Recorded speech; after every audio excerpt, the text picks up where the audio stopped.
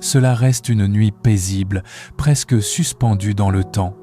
Malgré le ciel d'un bleu profond et les étoiles éparses, c'était la lune qui s'imposait. Avec une apparence ronde et pleine de douceur, elle regardait le monde avec une tendresse infinie. Élise se déplaçait en silence alors qu'elle se promenait dans un parc isolé. Le vent soufflait et les arbres s'agitaient doucement, tandis que les réverbères clignotaient d'une lumière dorée, comme pour accompagner ses pensées. Ce soir-là, elle se sentait différente, se sentant épuisée, mais aussi désireuse de recevoir une nouvelle énergie. Il faisait gris partout, et elle le voyait depuis des semaines.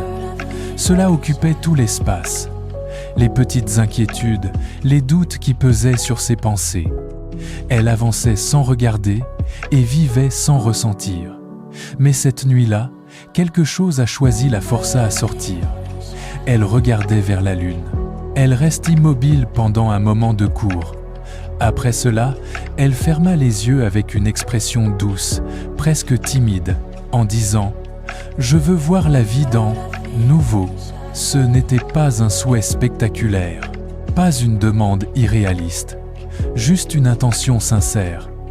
Après avoir ouvert les yeux, elle se sent plus légère et plus alerte qu'avant, sans rien attendre de spécial. Elle est rentrée chez elle le lendemain matin et elle a trouvé la rayonnante lumière du jour. Après un bref instant, ses pensées anciennes sont revenues. Elle s'est souvenue. Elle a commencé alors à remarquer la lumière sur les murs. Cette fois, elle a lâché prise. Elle a observé les reflets dorés, le doux bruit de l'aube et la quiétude du silence alors qu'elle se rendait au travail. Elle n'avait jamais entendu un oiseau chanter auparavant. Une enfant a souri, elle a vu une vieille dame. Son visage était teinté d'air frais et sa seule pensée était l'absence d'inconfort. Un collègue typiquement distant lui a indiqué quelques mots gentils. Élise a répondu positivement, sans aucun soupçon ni hésitation. Cette conversation était simple, mais réelle. Elle a été interloquée lorsqu'elle a choisi de s'asseoir sur un carré à midi. En regardant autour d'elle, les gens allaient et ultérieurement avec leurs histoires. Les espoirs étaient grands. Elle ne s'était pas sentie isolée depuis longtemps, mais les moments étaient toujours vifs. Elle pouvait voir de petites choses dans son esprit.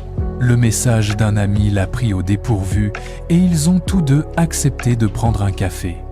La vue d'un rayon de soleil doré brillant à travers les nuages était-elle le moment idéal ? Les jours suivants, elle a confirmé un léger changement, dans sa vision de la vie ou simplement de l'existence. De toute évidence, les problèmes persistaient, mais ils n'occupaient plus toute la place. La transformation du parc Sourire est devenue un voyage qui ne se limite pas aux murs, et elle a appris à sans raison apparente à exprimer sa gratitude, à respirer profondément, à donner la priorité à la foi. Même si la lune n'était plus pleine, elle restait immobile et silencieuse, comme Élise le savait. Son souhait n'avait pas changé le monde.